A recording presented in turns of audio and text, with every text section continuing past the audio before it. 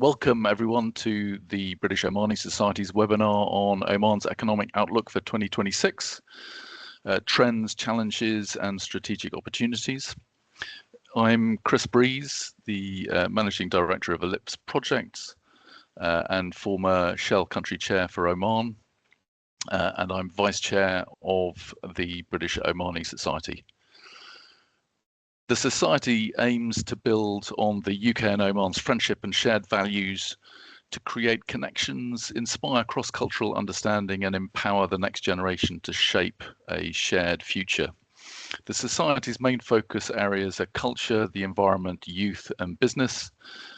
Within the Society, my main focus is on the business side. Our key activities include events, knowledge exchange, financial support and recurring schemes aimed at building Oman-UK partnerships. The Society was formed back in 1976, so this is a special year for us, our Golden Jubilee year. We'll be celebrating that later on in the year. Our speaker today is Hamid Hamirani. Hamid has over 20 years experience of Oman's public and private sectors.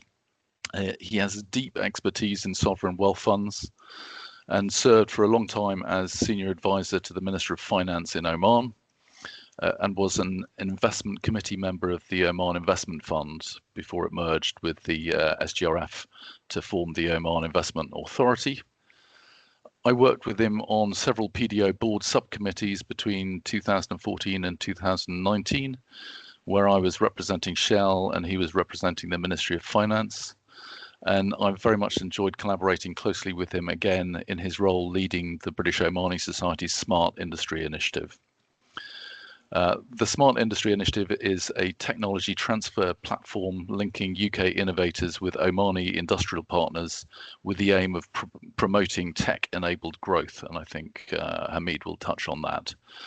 In 2016, he co-authored a paper arguing that investment in technology fosters economic growth more effectively than fiscal or monetary stimulus, and he's recognized as a commentator on economic policy and investment trends, contributing regularly through his collection of thoughts WhatsApp blog, which a number of people in the audience are also a member of.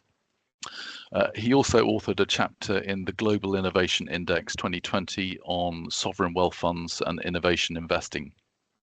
So it's very good to have you presenting this evening, Hamid, and we look forward to hearing what you have to say.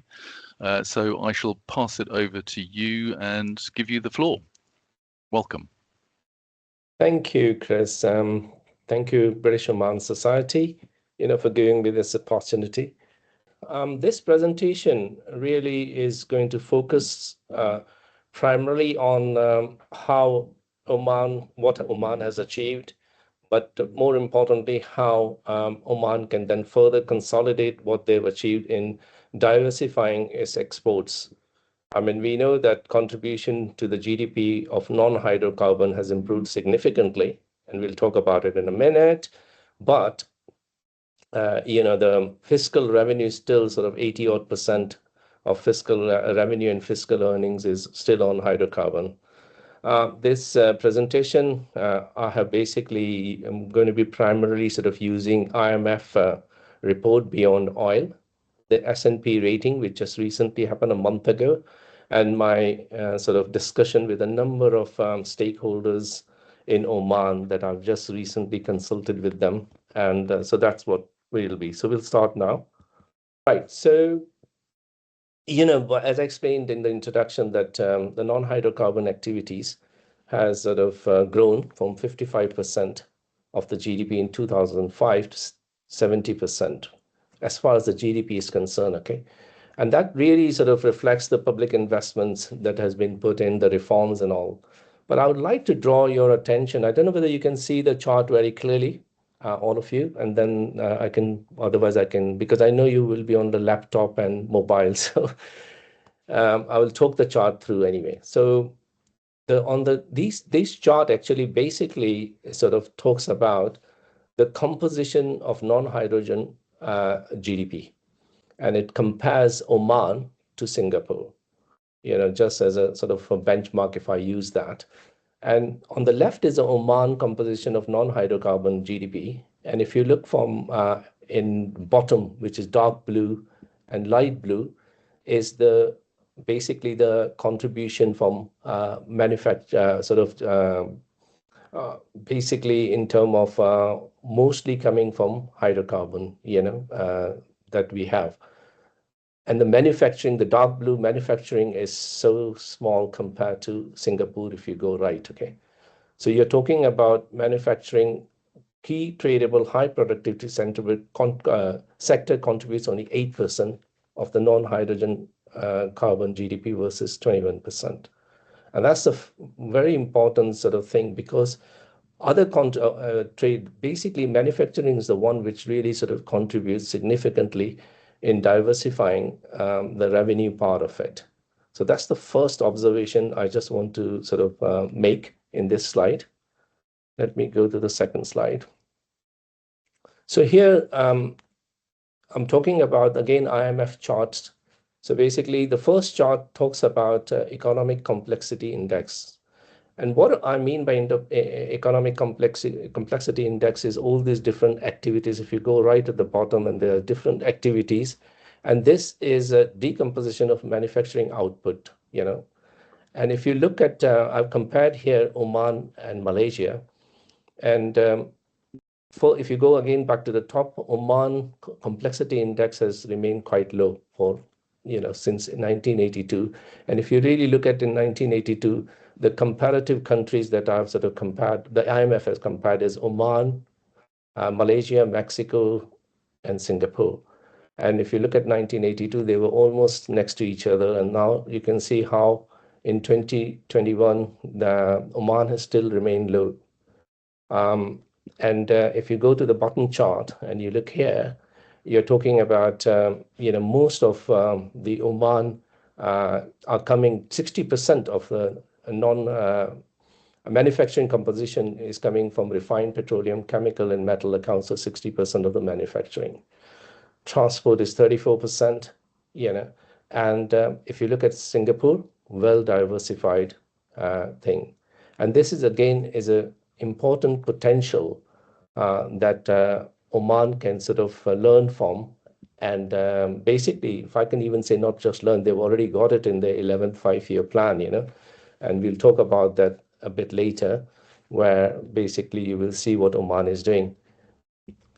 If you look at this chart, I mean, per capita, because of the complexity of Oman remaining so low compared to the benchmark countries, if you look at per capita export, according to IMF, Oman again is only significantly low, only about $1,500 among the GCC lowest. ICC service represent less than 5% of the total export. Oman, that just is evident of the complexity index Oman, and that the thing that I mentioned earlier on, the manufacturing sector remains very low, 8% compared to Singapore, 21%. Now, the bottom two chart is talking about intra-GCC good exports and intra-GCC services export. And the blue little section of the graph represents Oman. And again, you can see here that it's again not significantly low compared to UAE, Saudi Arabia, and it stands the same thing with regards to what Oman is exporting in terms of goods and services. ICT services represents less than 5% of the total service export, a significant gap, in terms of when we are targeting digital economy peers, Here, I like to sort of suggest, and this is where I feel that this is a pivotal moment for Oman. What I mean by that is the Strait of Hormuz crisis. Strait of Hormuz crisis has significantly increased the economic case.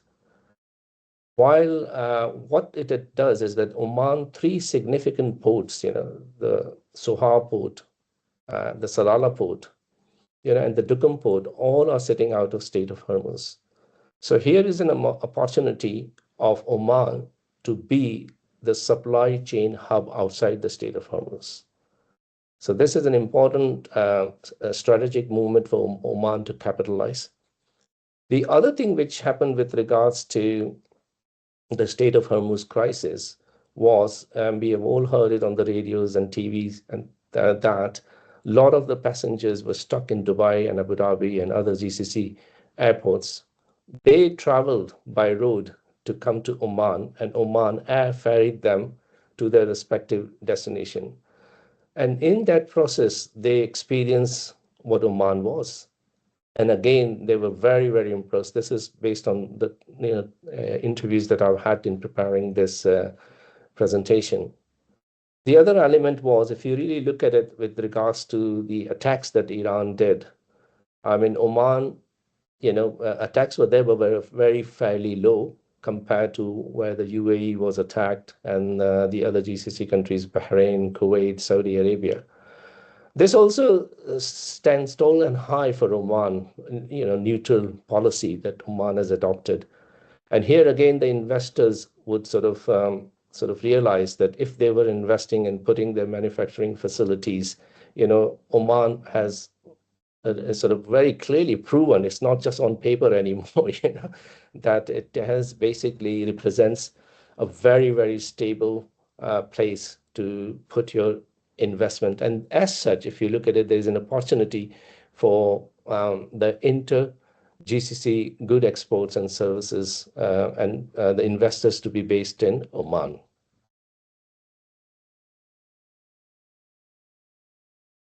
Okay, so before I go into the reforms and look at what Oman, sort of how Oman policies are there and what is the potential, I just want to reflect quickly on what Oman has achieved.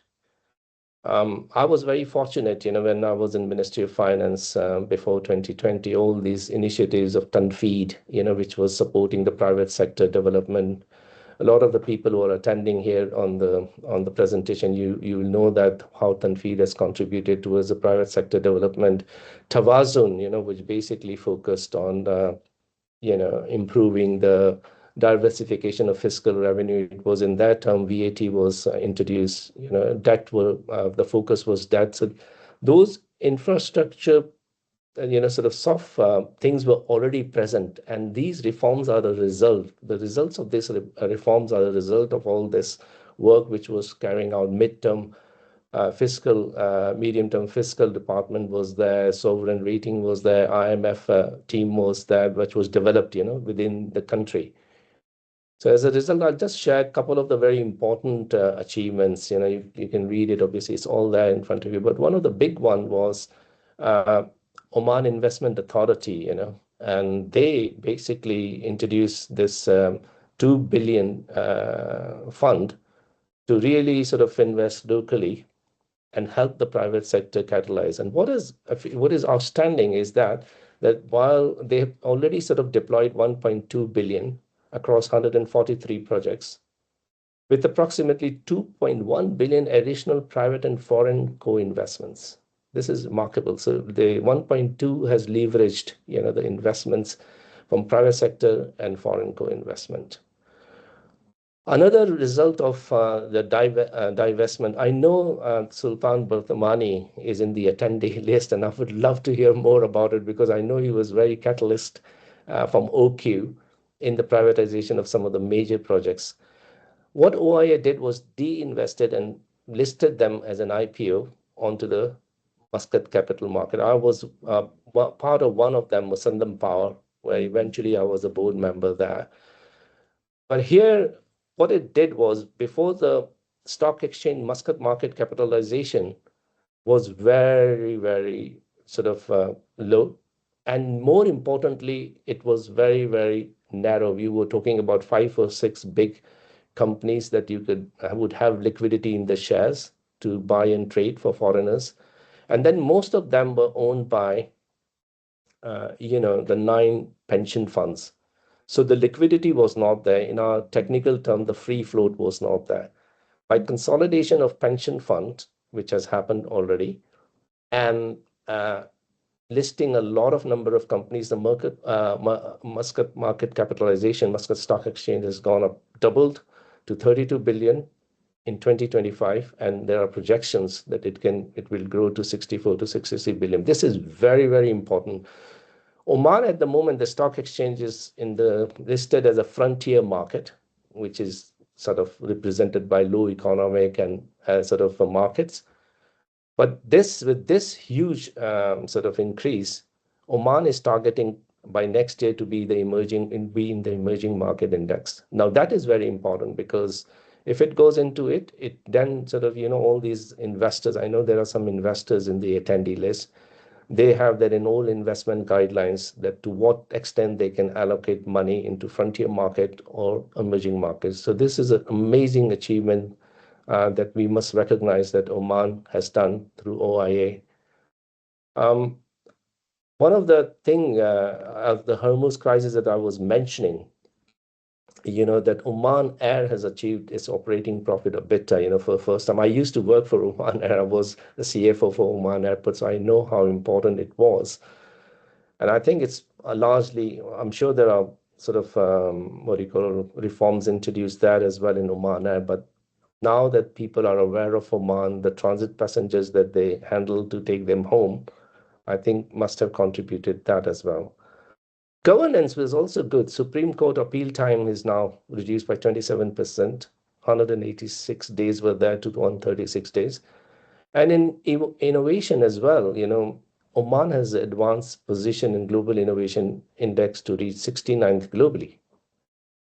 Achieved a remarkable 60th place improvement in the patent index to claim 38th place, and rose 47th position in the trademark index. The important thing to highlight in this achievement is that there was already a strategy, as I explained, and there was already the capacity to achieve that I've just mentioned in terms of people like OQ and OIA people that contributed towards it. So now let's look at, this is a very important slide, perhaps the most important slide. What IMF has done basically amazingly, is really put on the right side. If you look at it, they've done some regression analysis, and they've compared what are the reforms and what are the potential thing into these four sectors, governance, infrastructure, education, labor. So if Oman was to capitalize on the reforms that have been mentioned, there is a potential gain of, remember, we are $1,500 per capita in non-hydrocarbon. It could go to 5,277. Significant diversification in the revenue and the fiscal earning. And they've done this through their regression analysis. So let's briefly talk quickly about this. Actually is a quite motivating factor, for anybody who's already embarked on the journey. 11th five-year plan is targeting this thing. Vision 2040 is targeting this. But just look at it. The quality of governance aligns with GCC average. And if you really look at it, what IMF is talking about is potential gain if we were to sort of improve the regulation and licensing to reduce transaction costs for exporters. I have my own experience. I used to work for a dairy company. We had about 3,000 cows. And I remember that, when we used to import veterinary medicines for our cows, I mean, the regulation will change overnight. And while our, veterinary medicines would be stuck at the Dubai border and they would expire. So this is a very classic example that while regulations are pretty good, but they need more improving, faster customer clearance and stronger interagency coordination. And the third point is a very important one. When I was in Ministry of Finance and I was part of the, the automation of the system of Ministry of Finance, and still going on at the moment, one of the things we were aspiring to, and I'm sure they're doing work on it, is to look at the information to have performance-based accounting of the public institutions. It is so important to have, private sector. I know, Chris, you and me, when we were on the board of the PDO subcommittees, and I'm sure OQ and other large organizations also have, we used to have balanced scorecards, remember? And based on that balanced scorecard, the company will get their profit bonuses, the staff will get their bonuses. I think that system needs to be introduced in the civil service. I think that would be an important element which IMF is proposing, and I can't agree more on that one. On infrastructure, I did a presentation a couple of years ago, and it's an IMF report as well, that Oman, because they've invested significantly in the airport, seaport, roads, which we all see, now is the infrastructure quality is equal to advanced economy, you know. But if you look at the Muscat security market, companies sort of financial results, and if you do just a quick back of the envelope job in terms of non-oil export companies, what it transpires is that the $100 that you have invested, you are generating only $4 in Muscat, Oman, versus $8. And I think this is what makes it so important to move into competitive manufacturing establishments in Oman. And this is where these reforms are so important, IMF says upgrading logistic performance to UAE 23 to 2023 level would unlock full export dividend. Link infrastructure investment to SME. This is so important. I mean, I know from my time from PDO, and I'm sure the other big, large state-owned companies have introduced that they have this, they're encouraging SMEs to be part to get their contract. But I think that has to go through entire country. And there are so many funds and there's so much activities going on. But just to give you one example that this was going back to what, 5, 6, 7 years or something like that, when central bank introduced a regulation that the banks, when they're lending to SMEs, from their total lending, 5% should be to the SMEs. From my conversation that I've had last week, unfortunately, that 5% is still not achieved. Cost of finance is high. SMEs, they are the engine of growth. In India, the large portion of contribution on the GDP comes from cottage industries with less than 10 employees. Here we can basically help the SMEs, the entrepreneur, to develop their capacity to write contracts, to protect themselves, to make business plans that inspires confidence so that the banks would lend, and some many other things. Education. If you look at public expenditure, Oman, on education, it ranks per capita, per student is about $2,000, 2,000 Omani riyal. It ranks, IMF puts it as equivalent to advanced economies.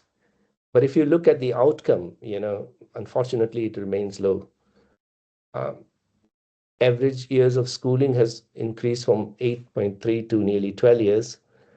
But the point is, the reason why the expenditure is equal to per student expenditure is almost as advanced economy is because, unfortunately, Ministry of Education and the schools are employing a lot of teachers. And this is a huge expenditure in the public expenditure that is allocated to education. I think it's very important that these things, and I'm sure the 11th 5-year plan, planning to have digital economy, manufacturing, and logistic, it becomes even more paramount of interest that we have education that caters to meet the skilled workers that these prioritized sector will need. One of the example during my conversation was in Canada. When the parents are given $1,500 per children, and they have their own, they can then sort of use that to sort of put their children into private education. Perhaps this is a model and this could significantly reduce this fiscal spend, and also increase the private sector contribution. Labor.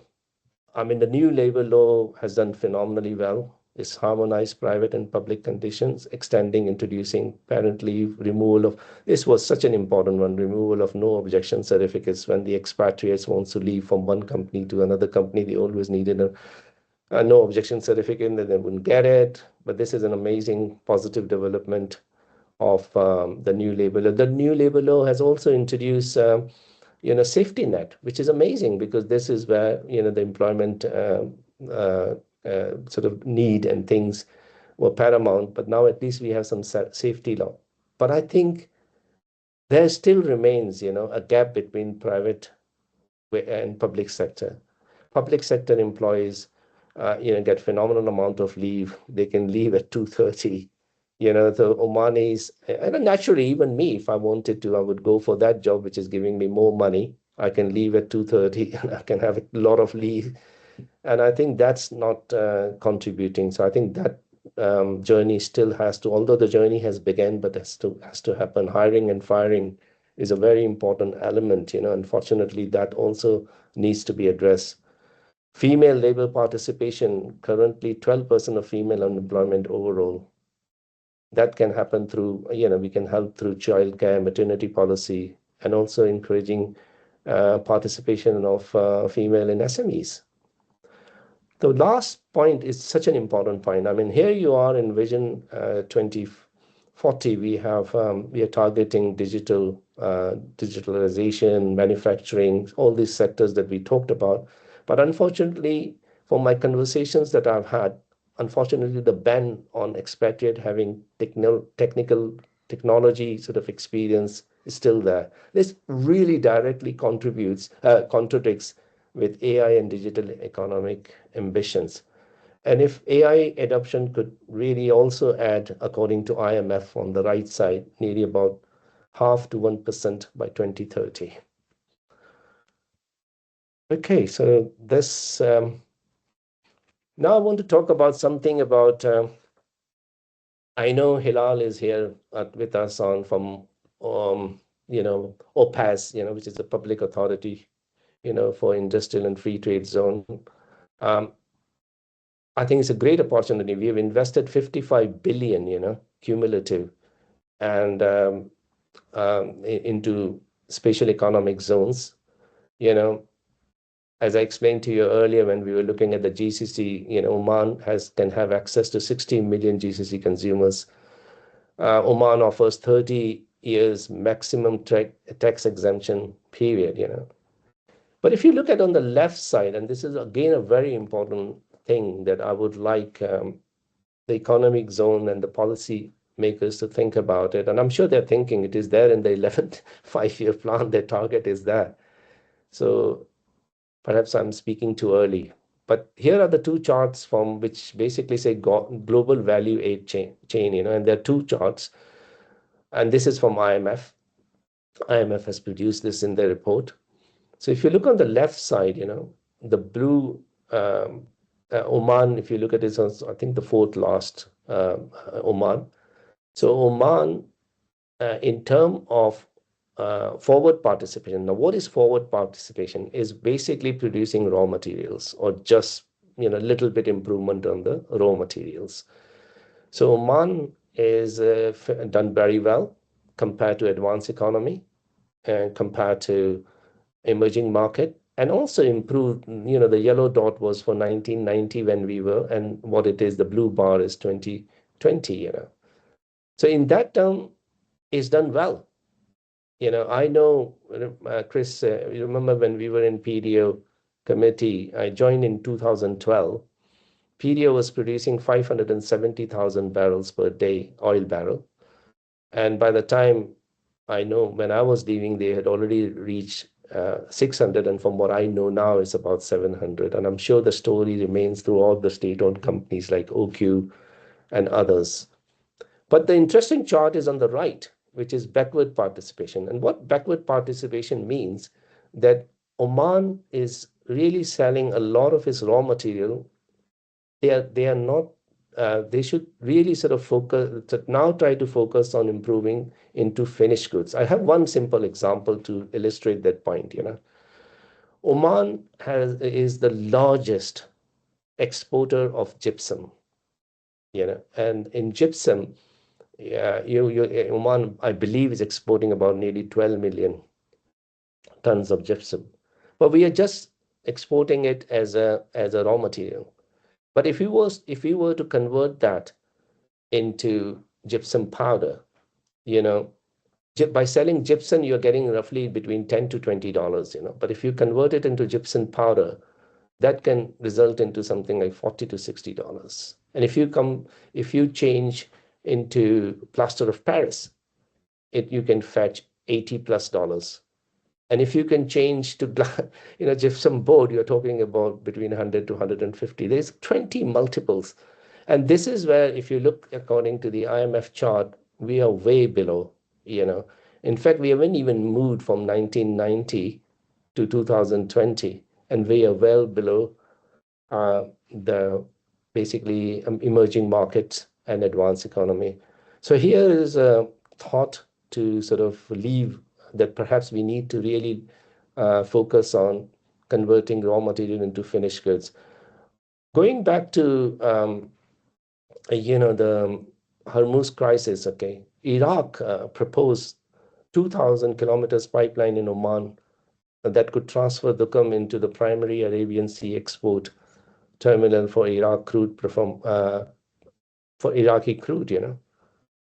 So I think these are an amazing opportunity for Oman to really capitalize on. Now here, I'm sure the investors will be very interested.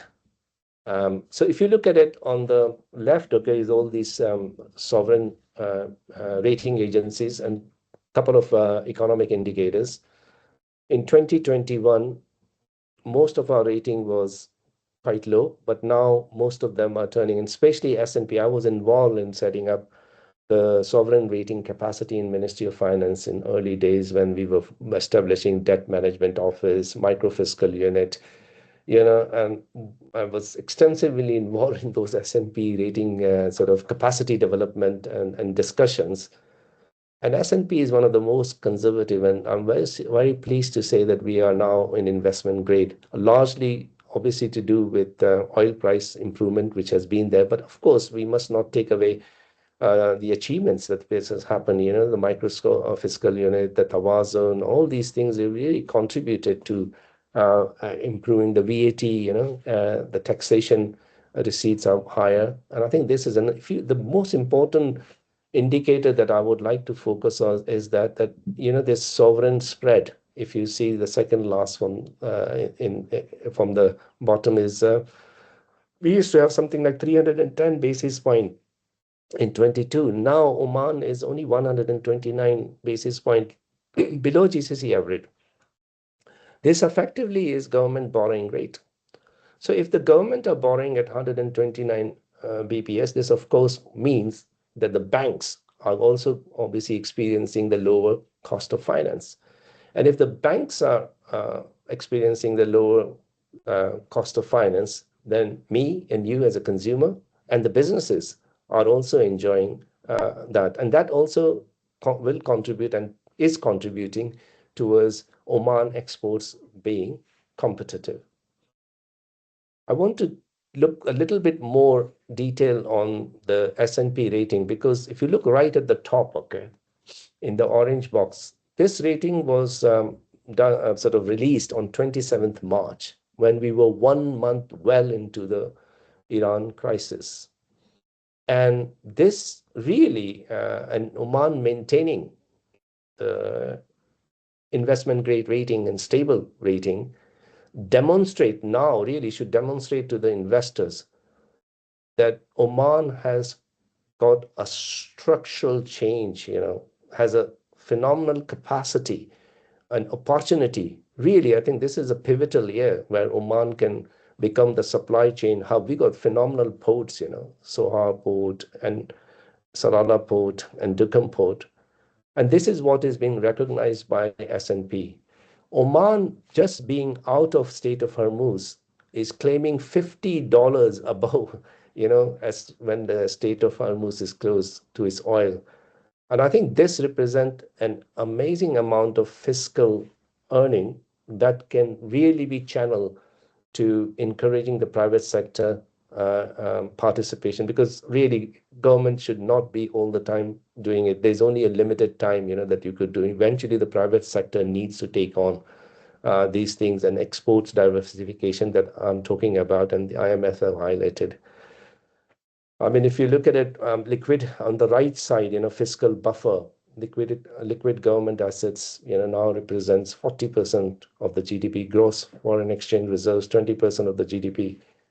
And I remember when I was in the Ministry of Finance, and we were going through the expenditure, because in that time, between 2014 and 2018, Oman has invested a lot in infrastructure. Muscat Airport was being built, the thing was built. And even when the oil prices were low, Oman continued, because Oman has ring-fenced some of its fiscal earning into contingency fund, and infrastructure fund. And that really enabled us to survive, sort of survive, although obviously the debts increase.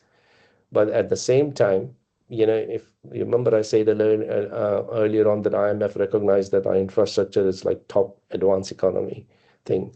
So when we were spending all that money, I remember the fiscal break-even point was well over 110 or 20. So it's good to see it's 80, And this is at an oil price which is, sort of Brent at 80, and we know what the oil prices are today,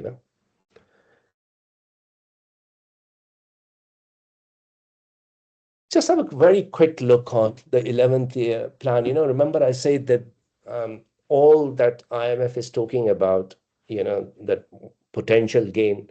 I'm so pleased to see that those are reflected in the 11 5-year plan. I just want to focus really on the objectives, some of the objectives. I mean, I know we have investment commitment is 15.6 billion, which is quite a lot. Focus of sector is manufacturing, tourism, digital economy, all right sectors. Remember the one which I was talking about, manufacturing, we were 8% compared to 21% in Singapore. What are the main objectives? Let's have a quick look at it. Achieve 4% average growth in non-oil activity, raise the contribution of non-oil export 26.4, enhance private sector investment 20.8%. All that what IMF is talking about, and it's not just the first time I've ever talked about. I'm so pleased to see that this is embedded in the 11th 5-year plan. This is my favorite topic, okay? So if you really look at it, what IMF has presented in the report is AI preparedness index, okay? Oman currently ranks broadly in line with GCC peers on the IMF AI preparedness index, ahead of emerging market, but still behind advanced economies. Oman has the human capital and the right labor framework, but it does not have the right digital infrastructure or innovation integration. And this is where I will be talking about smart industry initiative, how important it is just in a little while. There is a weak link between research startups and commercial deployment. Of course, there are now platforms and programs designed to change this. I've seen the attendee list, and I believe Hajar Balochi, the director of EJAD, was on the attendee. I hope she's there. We'd love to hear a little bit more. I'll be talking a little bit about it, but I would love to hear from the horse's mouth. She's from the Research and Innovation Authority, and EJAD is their flag project, and she's in charge of it. Let's look at productivity. So IMF has sort of projected 3 scenarios, baseline, lower bound, and upper bound. And what basically says that if we were to adopt rightly the IA adoption, productivity per worker can rise by 8%. What that results in export become competitive, and as such, the tradable exports manufacturing becomes higher, and therefore the true diversification in the revenue and the fiscal earning for Oman. One thing to watch out really is Omanization initiative at the moment is largely towards clerical and administration role, but they face the highest automation risks. Just to think about it, I'm sure there is thought there. I just want to flag it here. Without reskilling, the 5 to 10 year adoption window could displace Omani workers, and therefore we need to look at it very importantly, So that's from the labor side. And remember, I mentioned, please look at the banning of the technology, sort of skills that we should attract in Oman, especially when our target is, digitalization, manufacturing, and other sectors that I talked about. Now, my favorite topic. Okay, so I am so pleased, really so pleased, from British Oman Society for supporting this initiative, and Oxford Science Enterprise, and not to forget Her Excellency the British Ambassador Dr. Leanne Saunders, and so many other stakeholders in Oman. What Smart Industry initiative really is challenging is cutting edge technology developed in UK leading research institution in Oman through joint venture and strategic partnership. Localizing solutions so that the manufacturing, most important, IP patent as well, and the skilled jobs are created and remain in Oman. It directly addresses the gap, manufacturing low share of non-hydrogen hydrocarbon GDP, and addresses the export complexity and value added. I just want to share, we started this initiative about sort of nearly in half an year. I'm very happy Chris is the CEO of OTCO has joined us. So thank you, Chris, for joining. OTCO is basically really a renewable energy sort of technology using mirrors. What it can do is basically 80 to 85% of the manufacturing components, can be sourced from Oman if this technology is established. This technology was recognized by the Ministry of Energy and Mineral at a very high level. Oxy Oman visited Spain and saw the demonstration and really were impressed with the technology. Right now, OTCO team is working on how they can scale it and how can they make it more costly. But I just want to leave some thoughts on this. I know there are so many people from Oman, very senior participation from Oman is here. I just want to leave this thought with you with regards to OTCO. I mean, when you're going to use renewable energy, any energy, what you do is you save gas molecules. And when you save gas molecules, those gas molecules when be exported as LNG, significantly earning export revenue for Oman. So when you're benchmarking your renewable energy costs, and if there is such a pioneering technology like OTCO, really, I think what we need to look at is to look at the opportunity cost of saving and redirecting the gas molecules. Also, if you really look at it, when you are sort of reducing the need of gas molecules, you are basically also reducing significant subsidies that at the moment is going on.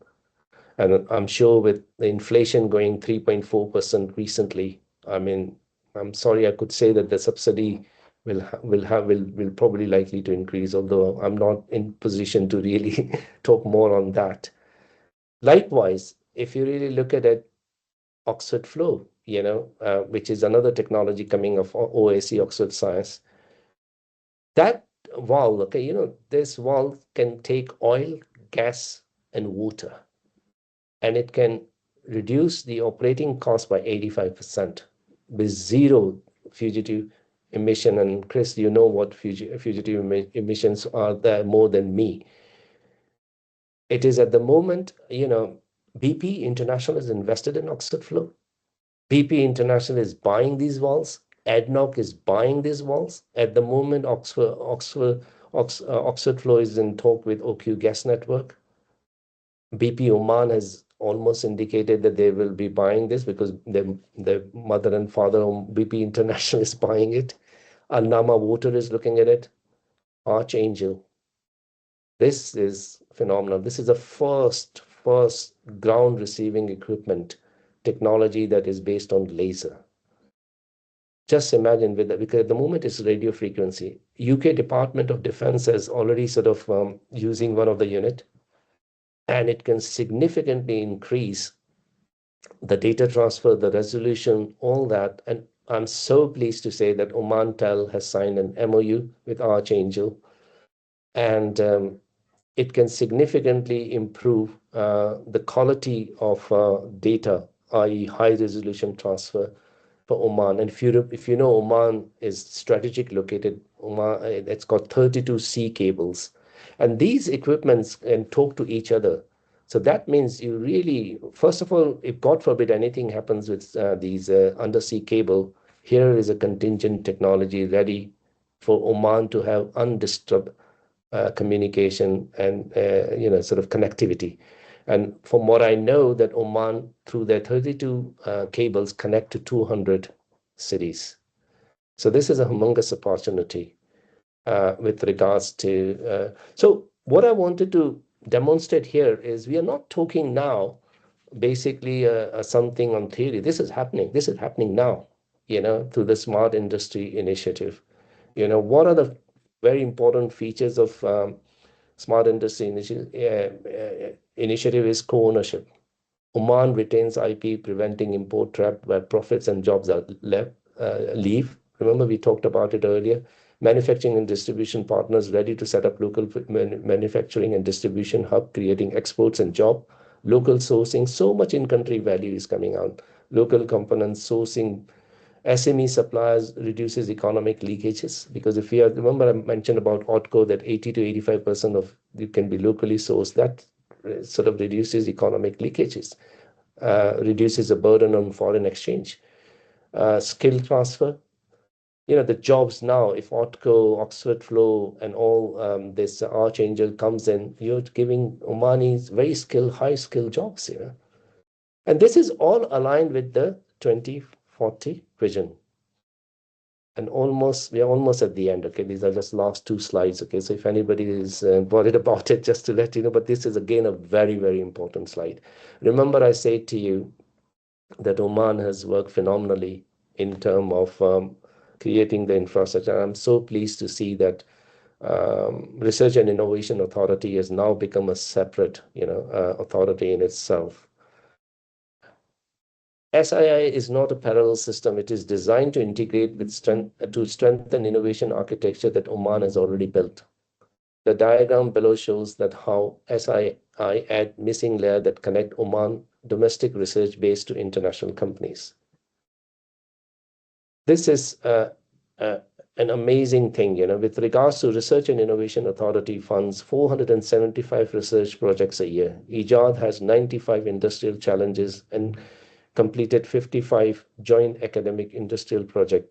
ITLAC ran its first accelerator cohort in 2025, and Ministry of Commerce, Industry, Investment, Promotion has cabinet approval of automation of program for 20 manufacturing companies. These are clearly not small or marginal programs. They represent a national commitment to building an innovation-driven economy. But where smart industry can deliver additional value in the layer that are currently missing. For instance, if IJAD identified challenges facing Omani industry, SII delivers a high curated technology pipeline with solution to match. If ITLAC validates idea at the concept stage, Oman Seed Fund, which is basically the concept is going to be based on Oxford Seed Fund, which we are talking to Research and Innovation Authority, provides the first institutional investment that converts validated idea into venture-backed companies.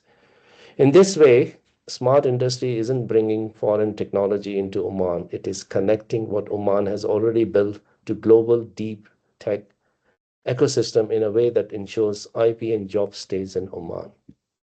So just a final, I would love to hear if Hajar Baluchi is there to have some thoughts, share her thoughts where we are. Finally, quickly to sum it up.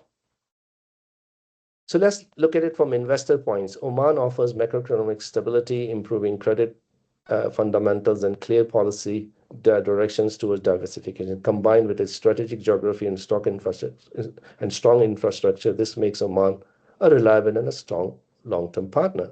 For policymakers, IMF message is clear. Oman has built the right foundation, but the next step is to translate this into measurable export outcome. This requires technology adoption, better industrial linkage, and continued reform execution. For UK and Oman collaboration, this is a strong alignment between Oman needs for technology and upskilling and Oman's strength in research and innovation. Platform like Smart Industry Initiative are designed to act as a starting point, but there is a significant opportunity to scale the collaboration. Thank you very much for being so patient, for listening. I'm happy to take questions, but more importantly, what I would love to hear is your thoughts on the reforms. I think because this will be an amazing opportunity to, collect all the people thoughts and prepare a paper, for the reforms. Thank you. And I hand it over to Chris. Hamid, thank you very much indeed. But I thought I'd try and summarize some of the things that you said, some of the things that struck me in your presentation. And I think the statistics you mentioned out at the beginning, despite non-hydrocarbon share of GDP rising to 70%, we still get 80% of government revenue coming from hydrocarbons. Is great when there's a 50% premium over Brent, but not so great when there isn't. I thought the economic complexity index that you mentioned, I've not seen that before, and that 60% of the exports are hydrocarbons, chemicals, and minerals. That is doesn't leave much scope for anything else. And I like particularly your focus on the manufacturing and technology adoption, local value add of the sort of things that we're talking about in the Smart Industry initiative. I also wanted to pick out, and I think there's a couple of questions on this about the geopolitical situation. Is this an opportunity for Oman? Can it finally cash in and benefit on its neutral stance over the last decades? Particularly if it results in something like an Iraq-Oman pipeline, that would be excellent. But if I could, I'd like to turn to some of the questions we've got in and put them to you, if I may, Hamid. The first one is from Jonathan Campbell James, who asks, are you or the NCSI or the Vision 2040 team tracking labour productivity in comparison with peers and its relationship to willingness of foreign investors to bring manufacturing projects to Oman? Indeed, I think I'm not personally tracking that, I can tell you now, because this is I'm not involved at the moment with that, but I'm pretty sure the NCSI, if you contact them, they would have the basis. They do publish productivity sort of journey, so you should be able to get it. But I think it's evident if you really look at it. I mean, one of the slides that I mentioned that there's already 2 point, among the sort of achievement, 2.2% productivity has increased for Oman, So that's obviously quite evident. This is IMF, so they've sort of commented on it. That's great. There was also a question from Robert Whitcomb about your use of the gypsum example, where he's questioning the sort of the conclusion from your comment. He says, isn't the main use of gypsum for remediation of agricultural soils, so it is mainly a high volume, low value commodity? Demand will be less for smaller quantities of high quality gypsum, for example, for use in plaster. So questioning the value, or I assume he hasn't said this, but I'm reading between the lines, questioning the value of investing in the investing in sort of manufacturing industry in Oman to push you further up the value chain, as it were, because the demand for the a kilo of high quality gypsum is not going to be the same as the demand for a kilo of the low value commodity. Well, look, Oman is the largest exporter of gypsum as a material, right? And a lot of it is then sort of processed into plaster of Paris, gypsum powder, and gypsum board. So that is it. And that's, if you look at the values of those, as I explained to you, that if we are selling just gypsum as a raw material, you're fetching something like $10 to $20 a ton. If you convert it, and that's where Otco technology comes in. Chris is there. Maybe Chris can also come in and sort of help us here. But basically, let me complete the valuation multiples. So if you have gypsum powder, you're talking about fetching something in the region of between $30 to $40 or even $50 if you convert it to plaster of Paris, which is used for so many activities. I mean, India is a large producer of these sort of things, using gypsum, drying gypsum to produce that. So you're talking about something between $80 to $100. And then if you put gypsum board, you're talking about 100 to 150. So, I mean, this is, thing. I look at soil a little bit. I've never looked at it, because that's what I looked at what India does out of importing gypsum from different countries, and that's what India does. Okay. There's a couple of questions on the geopolitical situation, which I think are interesting. Question from Maxime. They say, during Ahmadinejad's presidency of Iran, the UAE cancelled visas for Iranian nationals, prompting a significant number of Iranians to relocate to Oman for work, attracted by Oman's more flexible visa and employment framework compared to other GCC states. In light of recent reports of visa cancellations affecting Iranian nationals in the UAE, what implications could this have for Oman's economy, especially in terms of labour markets, entrepreneurship and investment flows? She goes on, in parallel with the UAE's more confrontational policy towards Iran, could Tehran strategically leverage Oman as a regional economic and logistical hub? I think, although from my talking to Omani stakeholders last week, I specifically asked, because Iran is loud and clear about sharing the Hormuz revenue, the toll that they want to put with Oman. So I feel there is, it's not just with Iran. I think the entire GCC, as I explained to you, will realize that Oman's strategic location and relatively sort of neutral policy is really going to be a very important. I mean, we used to talk about it, right? It was all in IMF report and rating reports, but now it's, lo and behold, become a reality. I mean, as I explained to you, that if you look at Sohar port, I mean, they had 1,000% increase in ships called diverted, because they couldn't go into the Strait of Hormuz. Likewise, Salalah had 800%. So yeah, there is a humongous opportunity for Oman to really capitalize and monetize all this.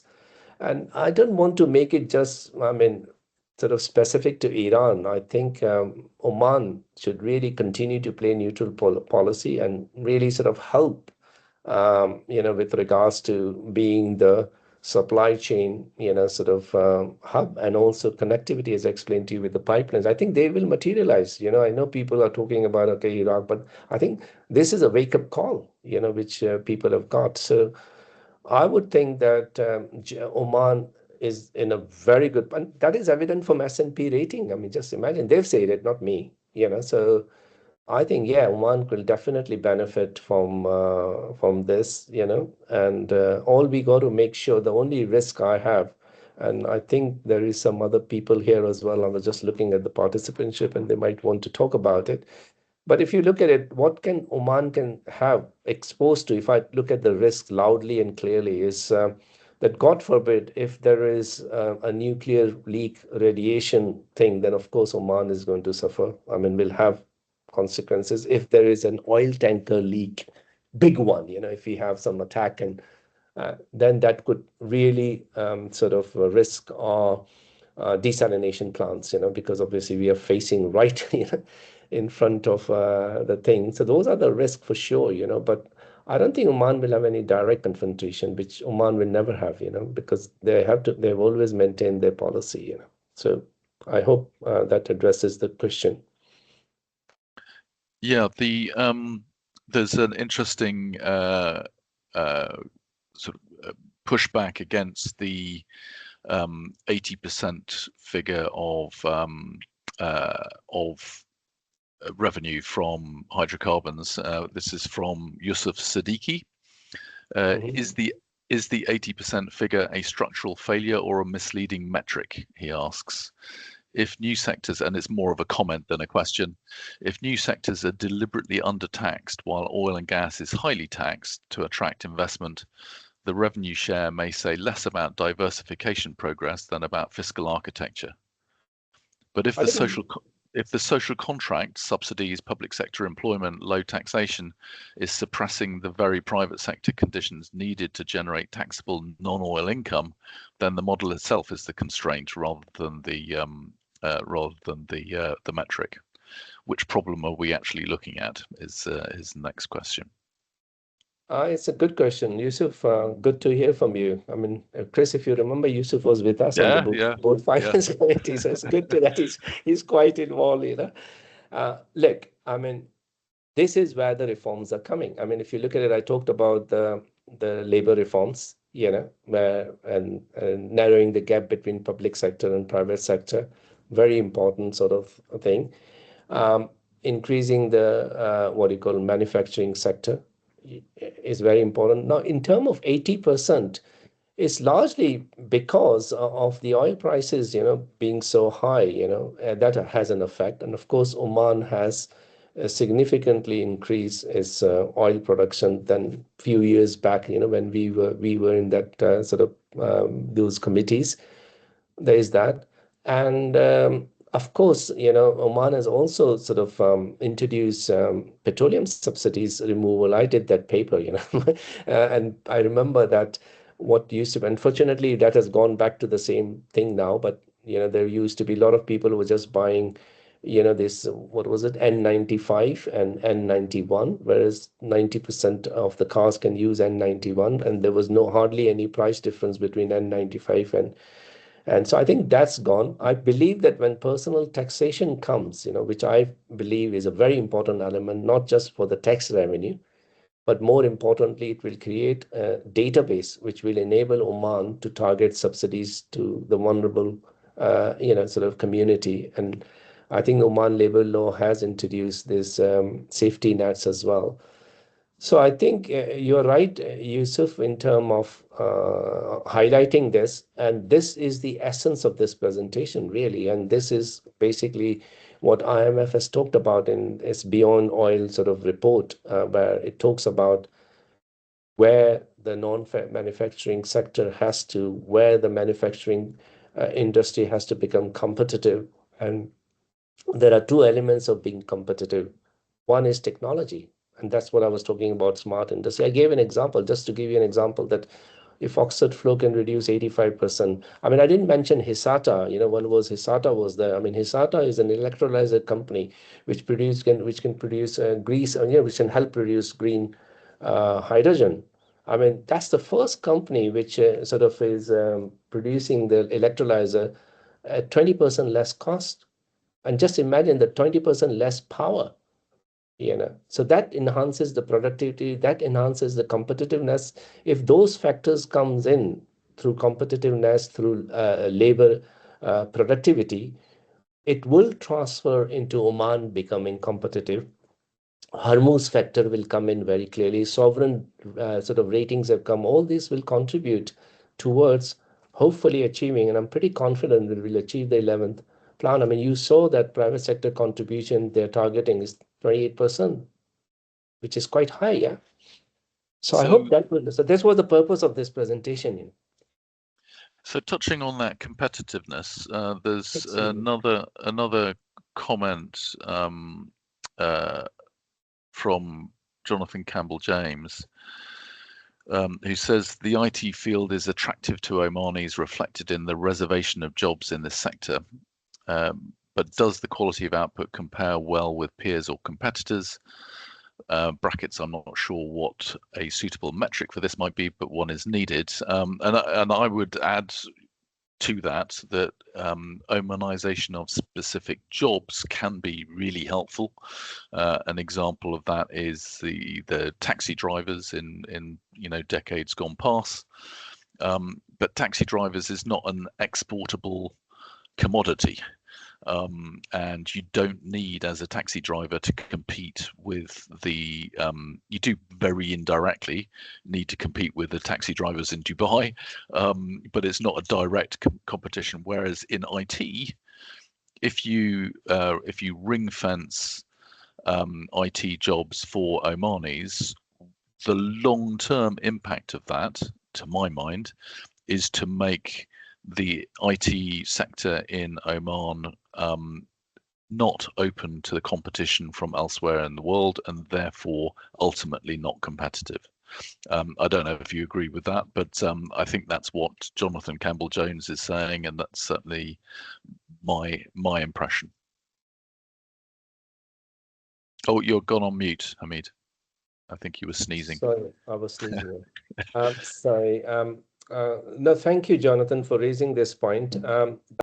What basically, Jonathan, if you looked at my AI 2 charts, and on one of them, as far as human index is concerned for AI preparedness, Oman is quite good. So Oman does have very solid, and I have my own personal experiences of dealing with IT competency in Oman. But you're completely right with regards, and again, it was spelled out in the IMF report that Oman needs to open up visas for technology professionals. So that I give you an example, just give you an example there. I mean, I'm very pleased that there are some people from the technology companies that I've talked about. Now, if these people are going to bring their manufacturing facilities into Oman, gave an example of, Otco. Chris is here, and I'm very fortunate to see Greg Smith, the CEO of IP Group, is here as well. So please, we should give them a chance to talk a little bit. But basically, if they're going to bring people into Oman because they have this specialized skill of this technology and suddenly face the technology visa ban, then that's not right? So, and I think in that way, IMF is spot on, and I think I agree. So it's a mixture, the capacity, the competency is there, but the specific technology capacity obviously will only happen. Look what happened in PDO, right? Shell came in and then trained a lot of Omanis into Shell's technology, enhanced oil technology came in, right? And I think if visas were banned, then obviously we wouldn't have achieved the 570,000 barrels back in 2022 to what do you call 700,000 barrels. Yeah, well, while we're on the Smart Industry Initiative, do Greg Smith or Chris from Odker want to add anything to what Hamid said? Shall I? I think you're being taken off mute in case you do. Shall we start with Greg? Would you like to say anything? Well, thanks very much, Hamid, for as always, a very thought-provoking and wide-ranging presentation. It's always a privilege to hear your wisdom on important topics of the day. I mean, thanks for calling out Hysata as well. I mean, so IP Group is the most active investor in university spin-outs in the UK. We operate some EIS capital through a brand called Parkwalk. We have a listed balance sheet, and we have some scale-up capital that we manage for superannuation fund in Australia and hopefully some UK DC funds. And the work that Hamid has been talking about is trying to create a more strategic bilateral relationship between countries like the UK and Oman, where there are three elements that are important to both countries. One is technology, one is capital to invest, and one is business development opportunity. And at different points in any company or any country's development, each of those three things will be more prevalent in one or other of the countries. So perhaps at the moment, the UK's university sector and the developments that are being brought forward in technologies that are relevant to the economy of Oman is probably, the fundamental tech is probably more prevalent in the UK, but the business development opportunity may be more prevalent in certain sectors like port logistics or green hydrogen or white hydrogen in Oman, and capital can be available in both places. And so I think there's a desire on our part, on the part of our companies. Hamid mentioned a number of the Oxford Sciences companies, exactly the same logic and principle. And we are trying to create what are currently organic opportunities, I suppose, and companies sort of forging their own path and trying to make it a bit more strategic by having sort of better and deeper relationships that can transcend any one company. But I think the opportunity is there, and it's a mutually beneficial opportunity for the company in question, for the investors who invest in the company, and for the countries that either produce the tech or develop it, and the countries that are helping to commercialize it. So it's an exciting time to be doing it. Fantastic. Thanks very much for those comments, Greg. Much appreciated. There is one question that I missed out earlier from Nejat Benchiba Savenius, who says, like all GCC countries, the public sector workforce is bloated, presumably in Oman, taking up huge government revenues. I predict that at least 30% needs to go to be replaced by AI agents. How is this replacement measuring up with the vision, is the question. I mean, this is a risk I have highlighted in the displacement risk, right? So at the moment, a lot of the Omanization has been focused on clerical and admin jobs. And if I'm going to sit like that, and then there's a ban on technical jobs, so technology jobs, so that's going to be a very important risk that Oman needs to start mitigating. In terms of, no, you're completely right. The public sector jobs are there, and I gave an example of the education sector. If you break down one of the brilliant thing that Oman has, and if I would really strongly encourage everybody who wants to probe further, is the National Center for Statistic Information, NCSI, and they have an English version of it. And if you drill down, look at the public expenditure of education, and I believe that's the same for the health as well. A lot of it is down to wages, and purely because it's providing employment, to people. So at the end of the day, we are, in terms of public expenditure spender, we are equivalent to advanced economy, but in terms of outcome, it's not there. And this is where the work that 11th 5-year plan has identified is this capacity development. I mean, there's one very KPI made with regards to improving skilled workers. And this is what I was saying, with regards to how PDO has achieved, with regards to enhanced oil technology. We have the best of the reservoir engineers, chemical engineers, all those things today in Oman. And same is with Oman Air, I mean, you got significant, I think from my time, and I hope it's still, I'm pretty sure it's even better, 100% of this aviation engineers were Omanis. So I think the skill is there, but I mean, what we need to do is to diversify the export sector so that there is job opportunities.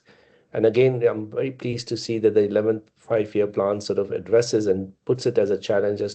Private sector contribution should be around 28%.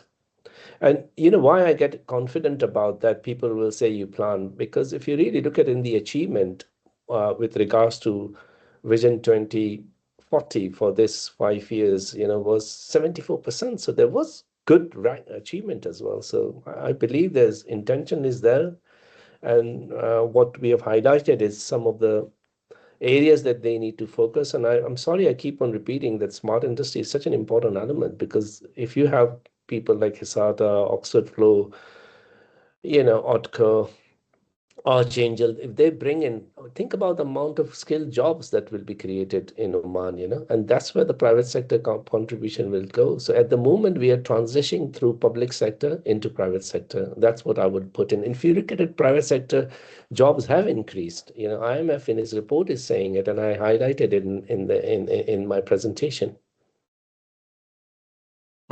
Talking about employment, there's a question from Lieutenant Colonel Greg Blunden. Are youth unemployment rates trending in the right direction, and what can be done to improve the situation further? Yeah, I mean, I haven't tried. I mean, female, according to IMF, female unemployment rate is 12%, and that's quite high. And again, that requires labor reforms. I mean, they need to be integrated. I mentioned about SMEs. So there is a significant amount of capacity development support that can go to absorb those jobs, to create those jobs. And SMEs, don't forget, if you create an SME, if you give a job to somebody, you're giving one job. But if you create SME, you're creating a lot of jobs. So in terms of answering this specifically, I'm really I haven't looked at it, how the trend are. So I don't want to speculate or comment for what I don't know, you know what I mean? But I can look at it and specifically answer the Colonel later on through BOS, that as to British Omani Society, as to what are the trends and are they looking better? Yeah, different subject area. Given Oman's geographical position, is there not scope to build a pipeline from Doha to an Omani port? Presumably that's from Nigel Harrison. Presumably that was in response to the kind of reference to an Iraqi Omani pipeline. And the answer on the pipeline aspect is a definite yes, because there's already a pipeline from Doha to Oman. But the pipeline was for Mukhaizna heavy oil extraction rather than for export from an Omani port. So pipeline perfectly possible from Qatar. But what's your response to that? The idea of not just an Iraqi oil pipeline, but a Qatari gas pipeline. Yeah, of course. I mean, if you look at Duqm development, Duqm refinery, I think from my memory, I'm talking that it can sort of it can produce 250,000 barrels, refined.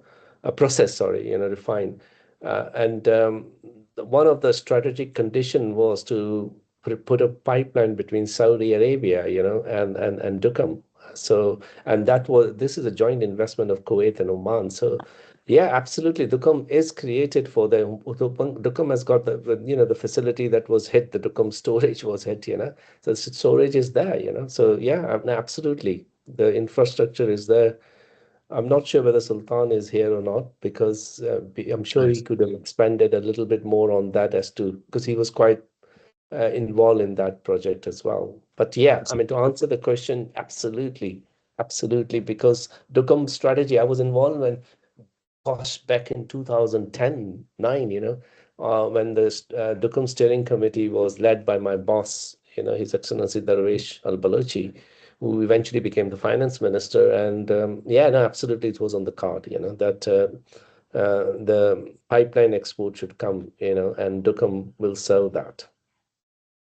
Thank you very much, Hamid, for sharing your knowledge, your wisdom, and the depth and breadth of your awareness of the Omani economy, and the clear outcome, if you like, of what you said. For me, is investment in technology exports, capable industries in Oman, and the Smart Industries initiative that you're leading is exactly the right way to go about that, I think.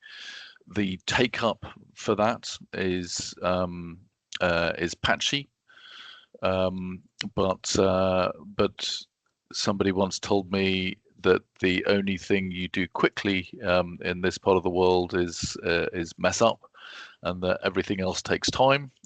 So it's worth putting the time in to that, and really appreciate the time that you have spent on the Smart Industry Initiative and the time shared with all of the audience today. Thank you very much indeed. No, thank you very much, Chris. And I must say to you that Smart Industry is not just my own achievement. British Omani Society has played a phenomenal role. You particularly, I mean, you have helped me so much. Oxford Science is amazing. Greg has been such a lot of support, IP Group, and a lot of Omani companies, PDO, OQ, Al Nama, all of them. Oman Tala has been wonderful, seriously. And so it's a joint efforts. Yeah, perfect. And that's what it should be. Thank you very much indeed. I'm going to close the call now. Thanks everyone for participating. Really appreciate it. And thank you for your time and effort, Hamid. Thanks a lot. Take care. Bye. Thank you.